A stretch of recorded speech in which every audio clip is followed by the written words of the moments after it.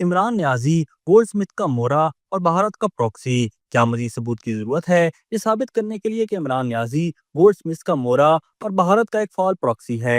یہ ایک ناکام خود پسند مجرم ہے جو آج کل اپنی سزا جیل میں کاٹ رہا ہے، اپنی ہی پارٹی کی وزیر اعلیٰ گنڈا پور سے جیل میں ملاقات کے لیے ترس رہا ہے، کیونکہ نہ پارٹی کے اندر کوئی اس کا چہرہ دیکھنا چاہتا ہے اور نہ ہی عوام۔ اس کے ٹویٹ کا پہلا حصہ خود اس کے جھوٹے کردار کا منہ بولتا ثبوت ہے۔ افسوسناک اور شرمناک بات یہ ہے کہ جب پاک فوج خیبر پختونخوا اور بلوچستان میں فتنہ الخوارج اور فتنہ الہندوستان کے خلاف سب سے کامیاب آپریشنز کر رہی ہے اور بھارت اپنے پراکسیز کے مننے پر چیخ رہا ہے، اس وقت یہ شخص فوجی آپریشنز پر تنقید کرتا ہے اور کہتا ہے کہ دہشت گردوں سے بات چیت کا سلسلہ جاری رہنا چاہیے تھا۔ یہ کتنا گھناؤنا اور پاکستان دشمن رویہ ہے۔ عظیم اصل حقیقت یہ ہے کہ یہ سوچ عمران نیازی کی اپنی نہیں بلکہ بھارت کی ڈیمانڈ ہے۔ بھارت فوج پر دباؤ ڈالنا چاہتا ہے تاکہ ان کے پراکسیز کے خلاف ہونے والے آپریشن سست پڑ جائیں۔ یاد رہے کہ صرف 7 سے 9 اگست کے دوران ہی پاک فوج نے سمبازا میں 53 دہشت گردوں کو واصل جہنم کیا۔ بھارت کو یہ نقصان برداشت نہیں ہو رہا اور اس لیے عمران نیازی جیسے پاگل کٹ پتلی کو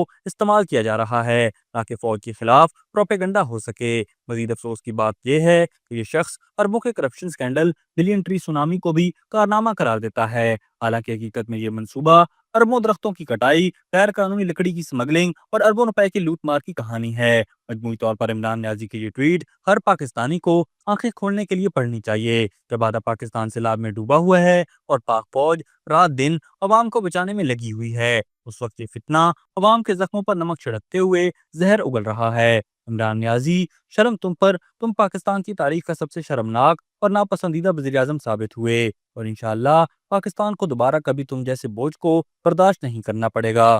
ابھی تک کے لیے صرف اتنا ہی۔ مزید دلچسپ اور تازہ ترین خبروں سے آگاہ رہنے کے لیے ہمارے چینل اسلام آباد انسائیڈر کو سبسکرائب کرنا مت بھولیے، اور اگر ہماری یہ ویڈیو آپ کو اچھی لگی ہے تو اسے لائک کر دیں اور اپنی قیمتی رائے کا اظہار نیچے دیے گئے کمنٹ سیکشن میں ضرور کریں۔